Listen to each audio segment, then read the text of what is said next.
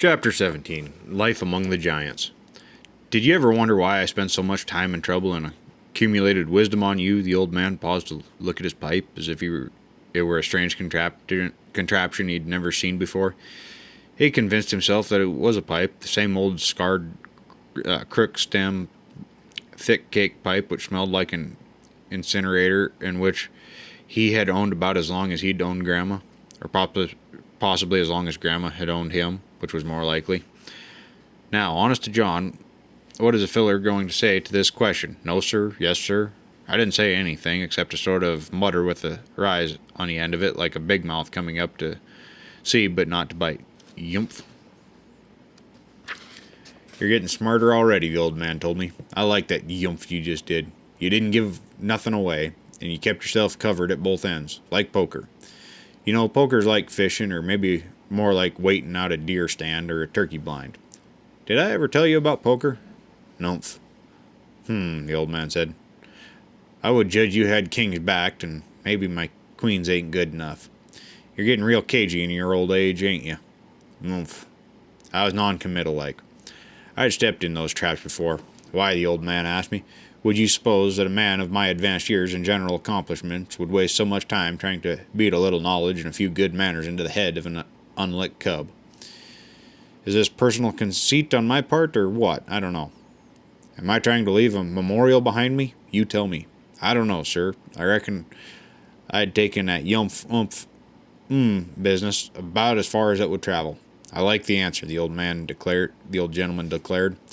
Damn rare thing these days in the age of experts where a feller'll settle down and say he don't know something. It's a smart aleck age, full of woolies off the pickle boat, people that just spar for time while they're trying to figure out a way to conceal inbred ignorance. You ever notice I talk grammatic about 1/4 of the time and vulgar the other? Because a man has to be able to talk correctly before he can allow himself the privilege of vulgar speak. You ever get curious about it? Yes, sir, I said. I wonder because they're always at you in school not to say ain't and not to drop your G's and not to use double negatives. I find it kind of hard to follow you sometimes. You like crackling? The old man asked. I could tell this was going to be a hard day. Crackling is the seared skin of a young pig. It's as crisp and tasty as the things they give you at cocktail parties today, and has more nourishment. But it had no point in the conversation. Yes, sir, I sure do. I like chitterlings, too, and scuppernong wine, and ham hock, and collards, and candy. I was getting a little mad. If the old gentleman was going to throw these things at me, I figured I'd have a couple back. Only reason I asked about crackling, the old man said, was that I was rereading that thing of Charles Lamb's, what do you call it, dissertation on a roast pig or some such? I forgot, and I got so dod-blummed hungry I couldn't stand it. They make you read that in school yet? Yes, sir. I was very happy with those sirs. Once in a while, the old man went big, literally, on me, and sir was the only way out. We got mixed up with some old Englishman named Chaucer once, and Chaucer and I went round and round for what seemed like years until I sirred my way out of it. Well, I got to say, any man who can make you hungry after he's been dead 100 years is a hell of a writer, the old man declared. Where was I? Oh, yes. What are you going to be when you grow up? Confused, I started to say and bit it off. The old man liked to handle the flippancy business himself. I don't know, sir. Maybe an artist, maybe a writer or a sailor. Something, I don't know. Well, that's handy not to know where you want to be until the time comes to be it. The old man liked that one. Until the time comes to be it, he repeated and kind of licked his whiskers like a happy cat. I'm pretty well pleased with you today. Yes, sir. You can overdo them sirs, boy, he said. You ain't fooling nobody with that mock humility. So I'll tell you why I spend all this time in conversation in my failing years, when I could just as easy be sitting and rocking instead of talking. The reason is that all I got for me to pass on is you, and I know a couple or three things I like. I know quite a lot of goods and quite a lot of bads, and as long as I ain't got any money, I'd like to leave a few of the good things behind. You want some more of this? Yes, sir. Well, now, he continued, the gentleman starts down at his boots and works up to his hat. A gentleman is first of all polite, Gentleman never talks down to anybody, or even to anybody that says anybody instead of nobody. A gentleman ain't greedy. A gentleman don't holler at anybody else's dog. A gentleman pays his score as he goes. He don't take what he can't put back, and if he borrows from banks. He never troubles his friends with his troubles. It looks as though we had disposed of what a gentleman was apt to be made of. I didn't say anything. What is a sportsman? The old man wasn't even asking me this. He nodded his head as if he was giving himself a vote of confidence. A sportsman, he said, is nobody. Is a gentleman first, but a sportsman basically is a man who kills what he needs, whether it's a fish or a bird or an animal or what he wants for a special reason. But he never kills anything just to kill it, and he tries to preserve the very same thing that he kills a little bit of from time to time. The book calls this conservation. It's the same reason we don't shoot that tame covey of quail down to less than 10 birds. This I could understand. We trained the puppies on those birds, and birds always stayed put. I never knew a bad man who was what I'd call a sportsman, he said. I never knew a true sportsman who wasn't a gentleman. So if you're a gentleman and a sportsman, you can't be a bad man. Is that clear? It wasn't, but I said it was. It seemed to save an argument. I ain't going to live forever, the old man went on, so I'd like to think that I cut a few scars on your carcass that maybe you could remember me by, but the old beaver trappers blazed trees to mark their passage. This is why I'm such a windy old boar. But up to now, you ain't shot anybody or busted into a store, and you haven't been expelled from school. If they keep exposing you to education, you might even realize someday that man becomes immortal only in what he writes on paper, or hacks into rock, or slabbers into the canvas, or pulls out of a piano. You know, he said, I really am getting old. I ask your tolerance and forgiveness for this lecture. I reckon I've started talking to myself. What would you like to do? You wouldn't think I'm silly, would you, if I showed you something you don't know about that I've been doing lately? I wouldn't think that anything you ever showed me was silly if it was something you wouldn't show just anybody, the old man said. Lead on, Macduff. And damn be he. Well, I have to write this kind of quiet because I embarrass easy. The old man and I walked over to a great big wild cherry tree about 1,000 yards from the house, and I showed him the steps nailed neat into the tree, plenty wide enough for handholds and footholds at the same time. The steps went up about 30 feet or so. Then at a big crotch of the tree was a house. I had been reading the Swiss Family Robinson, and I had been fascinated with the tree house they had built that they called Falconhurst, and I had built me one, as I said. There was a curious four-way spread of branches in this cherry tree, and it was pretty easy to make a house in the spread. It was a good house, although hoisting up the planks with a primitive block and tackle had been difficult. In this house there was near about everything that I didn't want anybody to be prying at. I'd found some clay down on the creek, good potter's earth, and had made a very sad stab at being a sculptor. There was a bust of the old man I thought was right fair, but it had a tendency to crumble. I didn't know the first thing about glazing clay. Then there were some awful drawings I'd made with crayons of what I thought birds and dogs and deer ought to look like, and I had stuck them around the rough board walls of my Falconhurst. I had some pelts for carpets on the floor and some stiff dried hides of rabbits and squirrels. In this tree house I had a bed of pine tops lashed with rawhide over my bendy branches. I even had a stove which I had contrived out of some old junk iron from the local dump, in which nobody could have cooked anything worth eating on. In this house there were spears which I had made and pointed with tin and a hickory bow and a quiver of arrows. There was a bookshelf filled mostly with things like Robin Hood and Ernest Thompson Seton's Rolfe in the Woods and Two Little Savages, and quite a lot of Tarzan and Buffalo Bill and Treasure Island and even Sir Walter Scott. There were some arrowheads I'd found and the usual junk a kid will hive up with when nobody's looking, seashells and secret stuff he wants to keep away from grown-ups who will be apt to discount it as childish. I was taking a chance on the old man when I showed him my stuff. Really, I shouldn't have worried.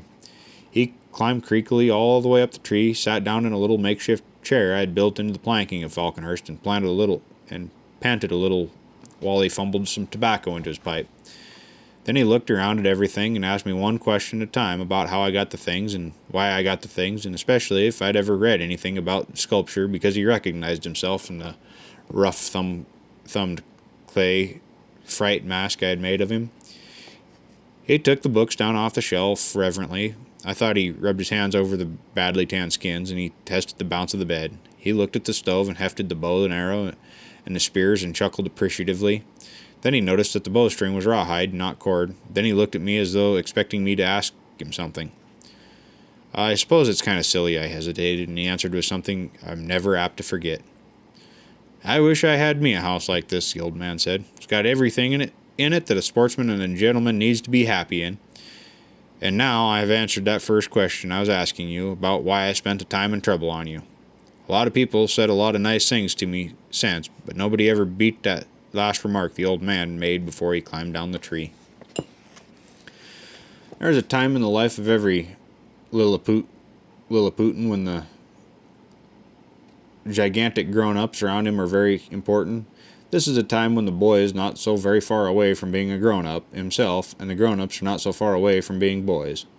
What I mean to say is a certain politeness is indicated. There is a time when it is very bad to patronize a boy just because he isn't quite a man yet. The old man was a couple of 100 years older than I, the way I figured it, so we didn't have any conflict there. I mean, he was old and seasoned before I was born, so I was willing to take him like you accept the old dog that's too tired and too creaky to hunt anymore and just wants to lie in front of the fire. The old man was past proving anything. He had it wrapped up. I've been lucky all the time I can remember. I was surrounded by adults who were sensitive to what small boys needed in the way of companionship. Looking all the way back as far as I can look, I can't remember anybody who ever made me feel as small as I was. There's a mighty little town in the south, a poor little town, which had one movie. It's still called the Amuse, and one restaurant run by a Greek named Pete, and 2 drugstores and 2 grocery stores, and 1 undertaker, who was also the coroner and who had an interest in one of the grocery stores.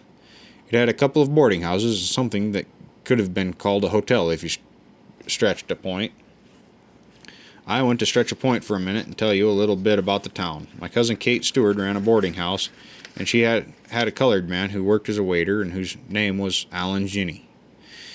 He was named Alan Ginny because his mother's name was Ginny, and there wasn't a whole lot of extra surnames to go around the colored population.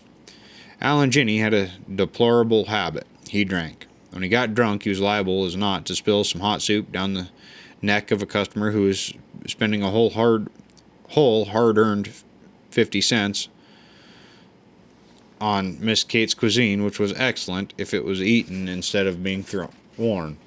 One night, Alan Ginny was weaving through the dining room at Miss Kate's place on the waterfront, and he tipped a scalding tureen of soup down a gentleman's best boiled shirt front, and the gentleman raised a considerable ruckus.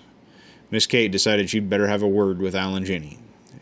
She took him more or less by the ear and led him aside to tell him the ancient parable about what happened to the man who killed the goose that laid the golden eggs.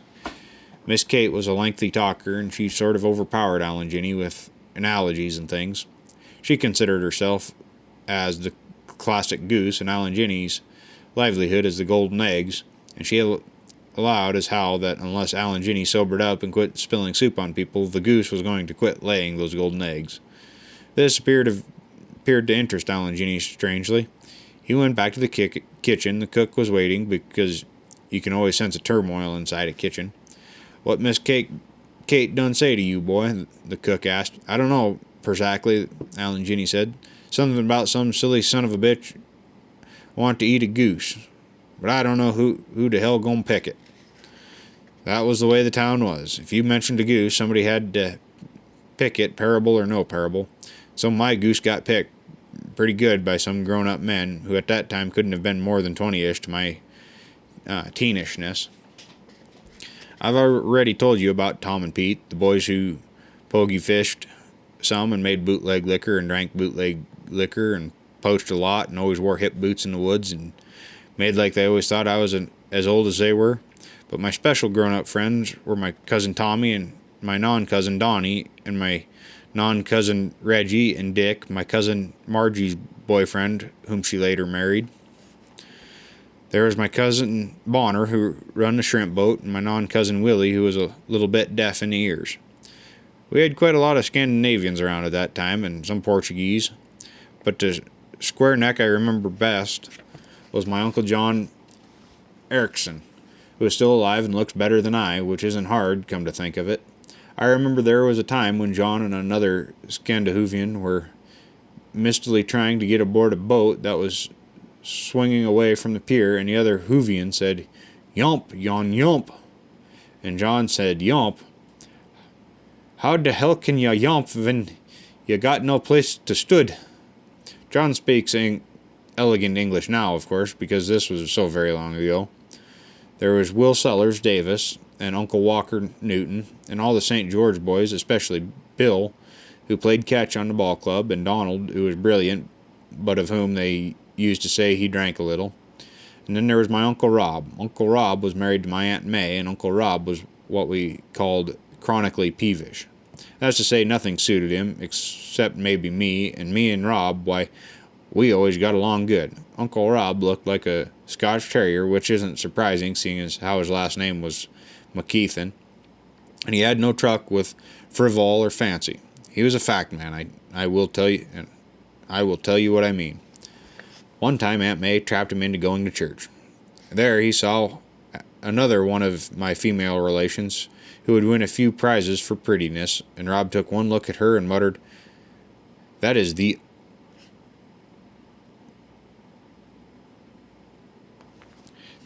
ugliest damn woman I ever saw in my life," he said, "and in church, too." "Shh, Rob. Rob," Aunt Mary said. "The poor things can't help it if she's ugly." No, but ding dong and double god damn it," Rob said in his fretful falsetto. "She could stay home." There was another time I remember when my best beloved uncle came in one Christmas Eve, just a little, you'll pardon the expression, fried to the eyes. He fell into the Christmas tree, toppled it over, busted the decorations, and set fire to the drapes. We used candles in those days. Uncle Rob pulled himself up out of the mess, scraped some tinsel off one ear, and brushed some powdered glass from the smashed ornaments off his coat. He glared mistrustfully around him. "God damn Santa Claus," he said, and staggered off to bed, summarily dismissing Christmas for all time. I hung around these men, and they treated me like a man, and I never learned any nastiness from any of them. Donnie Watts wasn't a gift, I suppose. He was a seafaring man, and a bit rough, and so was Reggie Pinner, but he and Cousin Tommy and the rest took us young'uns to raise right. Donnie would fight, and Tommy would fight, when the mood come strong, when the moon was right and the moonshine was wrong. But when they had to do with me and my cousin Roy and Harold and George Watson, they were the best governess you'll ever think to see. If we cussed, we got walloped hard. The men didn't even cuss around us much, just an old damn or hell once in a while. And if us kids talked dirty, bam.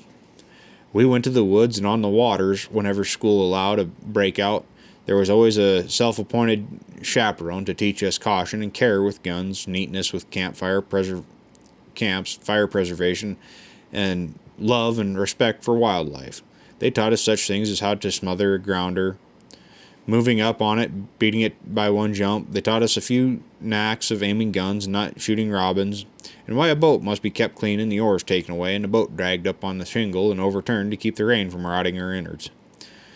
I won't name any names here, but some were drunks and some were loafers and some didn't shave or wash very often, but from a boy's eye view, they were the best men I ever knew. Some are dead today and some have reformed, but I've got more sweet memories of a tender talking to raise from those men than you could find in all the schools and churches and contrived ways to give a kid a little dignity. Maybe we have lost this a little bit today. In the older times, the town characters showed a little special wonderful tenderness to the kids. My ma and the old man never had a qualm when I was off in the woods with one of the roughnecks. They knew that roughneck wouldn't come home except to die rather swiftly if anything happened to Bobby or Roy or Ted or Harold or Tom or George. And there were all sorts of things on the side. For instance, I learned about Kipling and Chaucer from one of the roughnecks who had, at one time before the bottle bruised him, graduated with honors in 3 years from a rather famous university. But he also told me about Barriochino in Barcelona and what it was like on the Gross Freight in Hamburg, and how to bust a bottle to use it fast if you needed a busted bottle in a brawl. He had been to 2 colleges, one literary, the other practical. I suppose he was the one made me run away, eventually to sea, but it was my cousin Victor Prince who saw that nobody bothered me when I was ordinary sea manning around the tough ports of North Europe. He was an executive in the line that I was working for. The old man, in his vast wisdom, never worried about what would happen to my moral character so long as I was under the care of one of the hairy townsmen. The old man said once, "A boy has got to grow up to be a man some day. You can delay the process, but you can't protect the boy from manhood forever. The best and easiest way is to expose the boy to people who are already men, good and bad, drunk and sober, lazy and industrious. It is really, after all, up to the boy, when all is said and done, that there are a lot of boys who never get to be men, and a lot of men who never quit being boys. I'm not doing a very good job of this, I realize, but the tremendous love I had for all those people when I was a kid prevents me from doing a very good job of it. You've got to realize what it means to a boy to be treated as a man grown by men already grown. You've got to realize what it's like to be gently carried along by rough giants who have so much built-in decency that they fear to bruise the stock, which is an adolescent shooting up and subject to heavy impression, subject to hurt, as you might mishandle a gawky plant.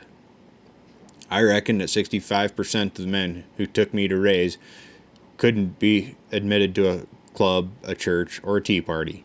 I reckon that most were unread, most were profane, and most broke laws, most didn't work, most drank too much, and most had dirty fingernails. And I reckon if we filled the schools with them as instructors today, and gave them jobs as cops, and set them up as tutors and babysitters and camp counselors, we wouldn't have so much of a problem of delinquency. In my life as a grown man, I have managed to stay out of jail, pay taxes, and live a life in which the values are pretty clearly drawn. This makes me lucky, maybe, but it is also a reflection on the positive contributions of the Toms and Petes and Donnies and Johns and Bills and Reggies and Bonners and Robs, and of course the old man, all of whom in their own fashion took me to raise. I got mixed up sentimentally serious with the Coast Guard at a very early age because around where I come from the Coast Guard was an industry as well as a luxury and a necessity.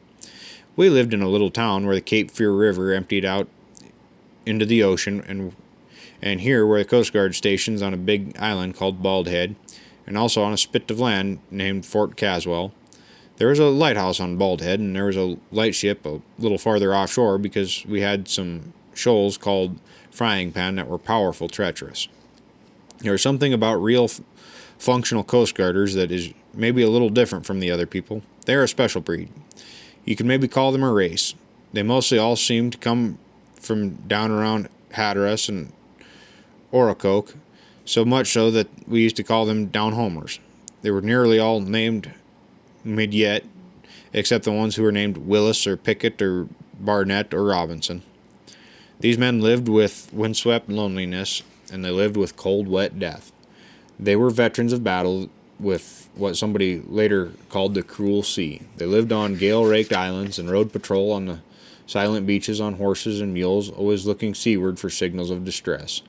I remember well that the father of a friend of mine named Bill Striron was struck by lightning while riding beach patrol at Hatteras.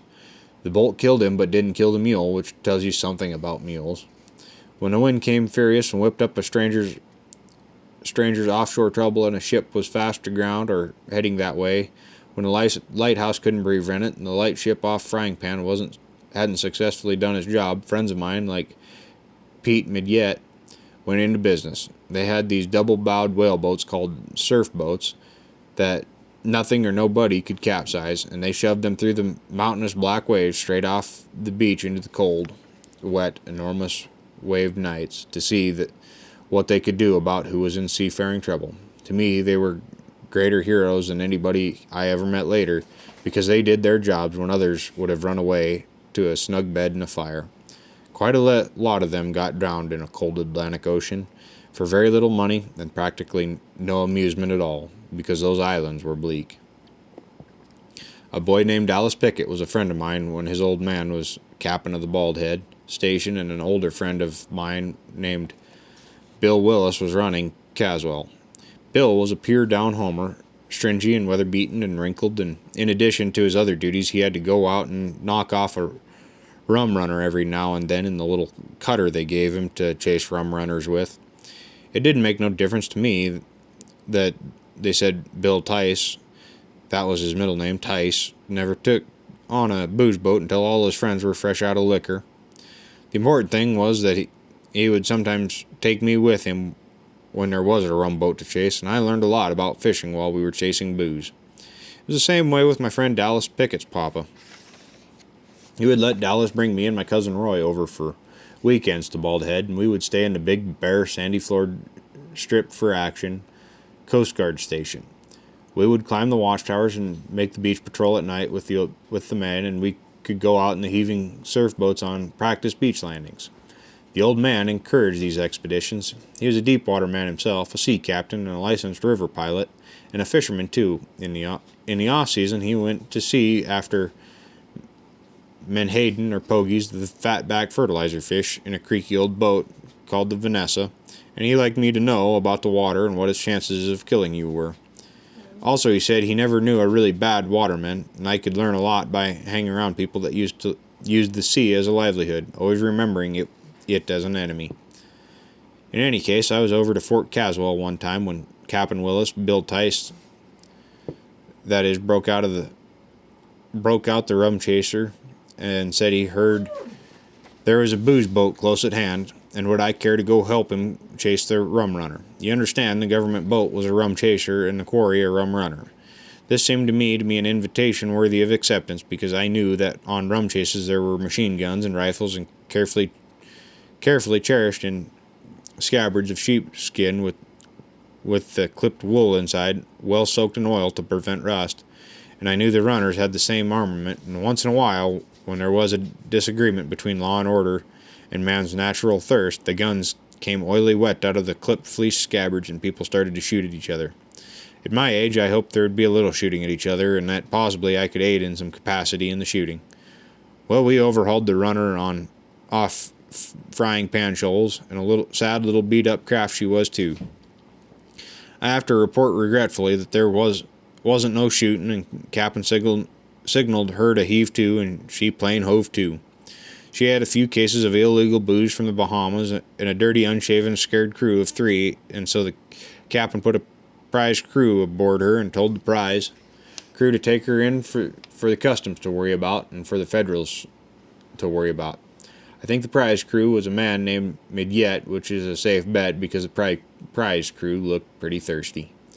Well, sir, with the business of law and order taken care of, no shots fired, we looked around. There the old chaser was, right smack on the lip of the frying pan, where there are shoals, I swear, where a man who knows how to run a boat right can scoop up a handful of sand with his left hand and then jump over the side and drown himself on the starboard side without changing course a half a degree. What I mean, frying pan is tricky, and you may remember that tricky shoals breed fish. Captain Bill announced that he hadn't had a mess of real fresh mackerel in a whole hell of a long time, and did anybody have any trolling gear aboard? The Coast Guard said yes, because in those days the Coast Guard was better prepared than the Boy Scouts ever thought of being. Captain Bill went forward and had a word with the helm. The helm knew his business. We started playing tag with the frying pan shoals. The helm took the chaser so close to those shoals that you'd swear he'd smash aground if there was another knot in the breeze, but gentlemen, may I say, what fishing.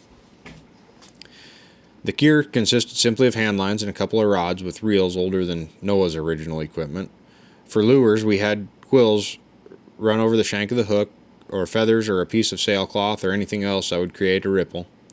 You could have trailed a finger over the side, and if there was a hook on the fingernail, you'd have caught a fish. Now let me see if I can tell you what it was like.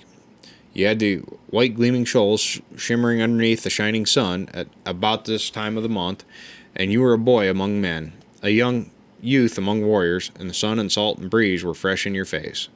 The water was the cleanest blue, clear shading to green, and finally to the white of shoal water, and in that roily water were fish.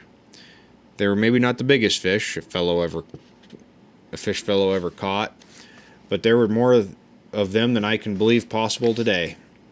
There were vast schools of blues, fat, greasy, jet-jawed blues weighing up to maybe 3 pounds and mean, frisky from the cold sea.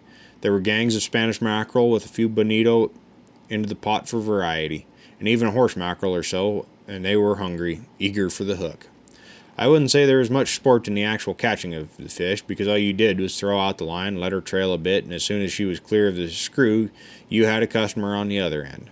Then it seemed up to you to get that fish back into the vessel, whether you were hand lining him or horsing him in on reels that wouldn't go either way, in or out, unless you fought him and barked fingers. The real sport was the job the man at the wheel was doing. He was playing the boat like he was a big salmon in tough, swift water. On a 4-ounce rod with no strand line, he didn't want to kill the fish, and to not kill the fish, he had to slack his engines, and he had to fight those shoals with the knowledge of wind and water. I read some later about bullfighters. Never did any bullfighter play a bull like this boy played that ship against those shoals. I swear I yanked too hard one time and the fish flopped out on the beach, and we were deep water trolling. We filled that Coast Guard boat full of fish, brown, gray, green, spotted mackerel, lean, shimmering steel blues with all the fat under the smooth submarine shape and blunt-nosed bonito, and in a couple of hours we were headed home. I cannot remember the name of the man at the wheel, but he never touched a screw or a keel to those deadly shoals, and the ship frisked like a colt when he took her in to the last inch and tossed her main as she came away. It was a tremendous thing to be a boy among men and sitting in that rum chaser, sunburnt, sweaty, hot skin cooling from breeze, all full of righteous indignation that any bootleggers would even attempt to try to fool my Coast Guard. I was a young kid amongst his faithful court. It was my friend that drove the boat and kept her off the shoals. It was my friend who was skipper and who had kept the Atlantic seacoast free of the demon rum this day, while catching bluefish and mackerel besides. We were coming in triumphant after having saved America without firing a shot. The man at the wheel had headed the chaser home, and her prow knifed a clean line through the sparkling, sun-kissed, spray-tossed waters. The things you see when you are going home triumphant are marvelous. I watched a gannet work on a red bank of Maidenhead. I saw the porpoise sounding and raising. The little ship bucked and pranced and full of rightful triumph.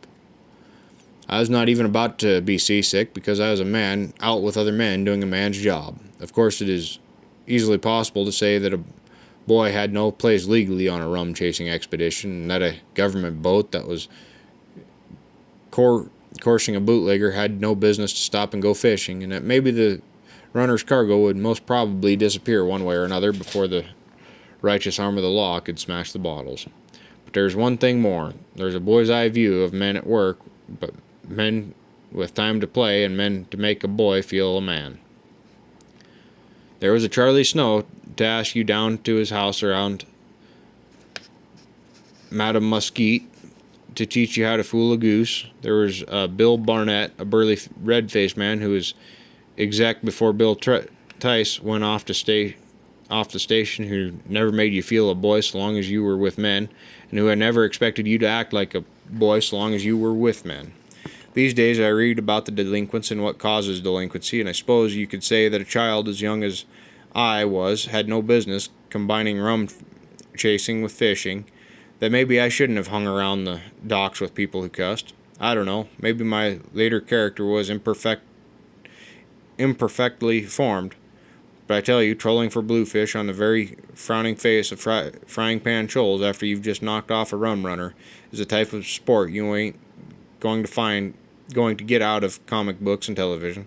And until a man has put his shoulder behind a sharp stern on a surf boat to shove her in the black night through the shore crashing seas off the cold clean beach of Baldhead with the gulls crying and dying ship offshore, well, there are all sorts of ways to get to be a man, the old man used to say, and none of 'em's easy. The old man was fairly grumpy through the summer months because the beaches were crowded with summer people, and the bluefish knew it and stayed offshore. All our pet sloughs were full of swimmers splashing and making noise, and if you tried surf casting the inlets at night, you had to pick your way through the neckers. Labor Day, the old man said, is the best holiday of the year because after it's all over, all the city people go home and leave the water to the professionals. A professional, the old man grinned, is the kind of damn fool who actually fishes when he goes fishing. He don't turn it into a whiskey party or an excuse to play poker. Not that I'm low rate in either sport, but if taken in the correct perspective.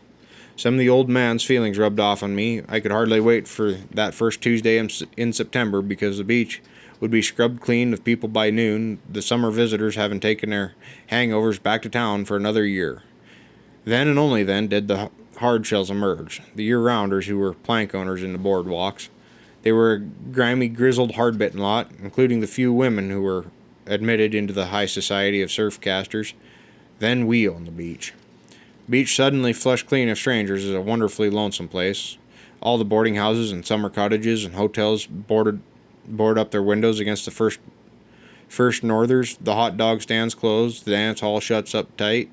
The trolley service goes on winter schedule, and only the Greek keeps his general store open part-time. I say part-time because most of the time the Greek was whipping the sloughs for the bluefish and sea trout and channel bass that come in close to feed off the minnows and sand fleas. The weather knows it when the tourists leave. It invariably stayed fine for the long, noisy weekend, but by Wednesday we generally had a gorgeous 3-day norther started, and that norther was always the most exciting thing about the summer. An Atlantic beach in a norther is wild and exhilarating. The sky turns gray and the wind drives the rain in angry gusts. The surf booms and towering sheets of spume drive skyward as the waves smash into the sands. Suddenly, the tin stove earns its pay, and the driftwood in the fireplace burns blue and green. A sweatshirt and flannel pants feel wonderful, and there's a snugness to the little gray-weathered shingle cottage that is missing during the summer squalls. For 3 days the wind screams and the water boils white, and then the best time of the year begins. The sun comes out once again, warm and golden, and the skies are washed bright but now the breeze is crisp and the air is full of wine. The water is not too cold to fish barefooted, but if you stumble and wet yourself all over, the goose pimples form when the wind hits you. Give the water a day to clear from the roily muddiness of the storm, and the fish swarm in to feed in the sloughs. The biggest fish haven't shown yet, and won't until late October, but the blues run to 3 pounds, and the puppy drum go up to 15, and there are always plenty of sea trout and Virginia mullet all up and down the beach. Toward the inlets, tiny, happy, lonely figures wade out and cast, walk backward, and reel in as the rod curves and a bright silver of fish flops through the shallows into the silvered sands. That was a part of our September song. Another part was in the sound where the north wind raises the tides above the marsh grasses, and a mounting moon keeps the water high, until just the tips of the grasses show above the surface. That was when the old man's mouth cracked in a big grin. He took the shotguns from their cases and sent me under the house for the push poles and the paddles. Marsh hen time, the old man said, and we dragged the old flat-bottomed skiff off the shingle where she had been upturned to keep her innards from rotting in the rain. We'd kick her across the channel with the little one-lung motor, and when we hit the grass, we'd tilt the kicker, and the old man would take the pole, or if the water were exceptionally high, paddle the skiff along like she was a canoe. I don't suppose today that there is a great deal of sport in shooting the big rails we called marsh hens, but you'd be surprised how many you can miss. As the boat crept stealthily over the grasses, the big hens would spring creakily into flight, flopping low over the water and seeming slower than they actually were. The natural inclination was to shoot behind them because of the water skimming lowness of their flights. Ain't but one man at a time supposed to shoot out of a boat, the old man said. Otherwise, you'll be out with some blame fool some day, and he will get excited and blow the back of your neck off. There's plenty of marsh hens to go around, and you can only eat so many. The old man would push her paddle, and I would sit on the bow thwart. The hens would rise from under the boat with a cackle, and more often than not, you'd have a chance to try for a stylish double. Then, after a half a dozen birds were in the boat, I'd move aft and take over the propulsion, and the old man would creep gingerly forward and man the bow gun. Pulling after the hens was hard work. Your boat was always getting stuck in the mud bank, and there were still plenty of mosquitoes and other varmints clinging to the higher grasses. The sun smote down plenty hot, and your back ached like a tooth after hours of driving that skiff over what amounted to solid ground. But a boat full of the great tawny rails, with their doe eyes and long legs and long curved mud-probing bills, made the blistered hands and sunburnt neck worth the while. There is no more fascinating place than a marsh anyhow. The marsh literally crackles and pops with life. Off yonder, in a wide stretch of water, a thin, ripply wake tells you a mink is swimming. An old blue heron looks grumpily at you and waits until the last minute before he flops away and sway back to ungainly flight. Over there, a bittern booms like a tom-tom, and the white herons sit silent and secure because they know you won't shoot them. Red-winged blackbirds love the marsh, and they swing like bobolinks from the barest ends of the swaying grass, hurling their joyful songs into the air. The sky above the marsh is always full of crows, cawing angrily as they scavenge. Along the edge of the mainland there was an enormous lightning-riven tree where my private eagle always sat. The eagle, several times a year, was good for a fine show of aerobatics. There was a pair of fish-hawks osprey that hunted the area, and it used to be a delight. It used to delight me to watch them fish. You would see the male plummet down like drop shot, smack the water with his outstretched talons, and struggle, wings flailing furiously with a big bluefish nailed through the spine. As the hawk labored for altitude, old Baldy would take off from his treetop and head for the stratosphere. When the hawk got enough height to level off and head for his nest with the flopping fish, the eagle would, high above him, would fold his wings and come screaming down in a power dive. The hawk would make a few fertile, evasive motions and then drop the fish. Usually the eagle, still screaming down, would flash by the hawk and sink his grapples in the falling fish before it hit the water. Then he would come out of his dive and leisurely flap back to his lightning-ruined perch. Then the hawk would go fishing again, and this time he would be allowed to keep his catch. There were always gator holes to see, and occasionally you'd see an old gator sunning himself on a greasy mud bank. The edges of the marsh were usually good for a coon or two, and the high hummocks close to shore were likely to yield you a brace of dark swamp rabbits. We'd most always took a couple of light rods and a casting net along. Then when the water slacked off and began to drop so you couldn't shove the skiff over the grass, we'd take the net and shine a few shrimp and drop the hook by one of the potholes we knew by heart.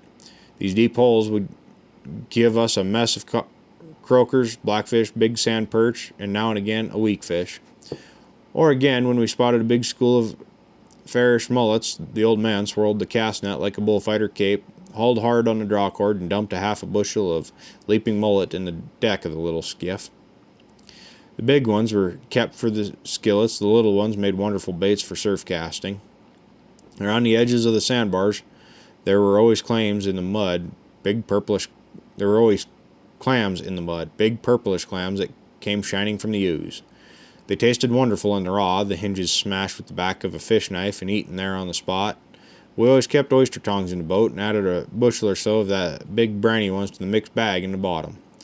We'd roasted these later, covered them with seaweed, and when you dip them in melted butter, there may have been better eating, but I doubt it. The trip was never complete until on the back leg we cuffed under the bridge, then spanned the channel and tied up in the swirling dark water next to barnacle-crusted piling. Here the huge black, yellow speckled stone crabs lived. Here the sheep's heads swam close to the old pilings, and if you knew your business, you could hook them in their silly little mouths that spat out a shrimp unless you fixed the hook just right. By the time we got back home and pulled the old scow up on the shingle, it would take about 3 trips to the house to completely unload her. By the time the fish got cleaned and the marsh hens skinned and put in salt water to soak some of the fish out, it was dang near dark and time to get out the surf rods and fish the twilight into moonrise. It'd be It would be getting cold on the beach around dark, and I usually fixed us up a driftwood fire and set the oysters to roasting while we cast into the surf. By 8 o'clock, the old man and I had just about enough for one day. That's when you ran a stringer through the fish, carried the steaming oysters up to the house, pulled off your wet pants, and shoved the coffee pot onto the stove. Broiled marsh hens followed the oysters, and once in a while we barbecued a fish or just settled for a cold crab salad.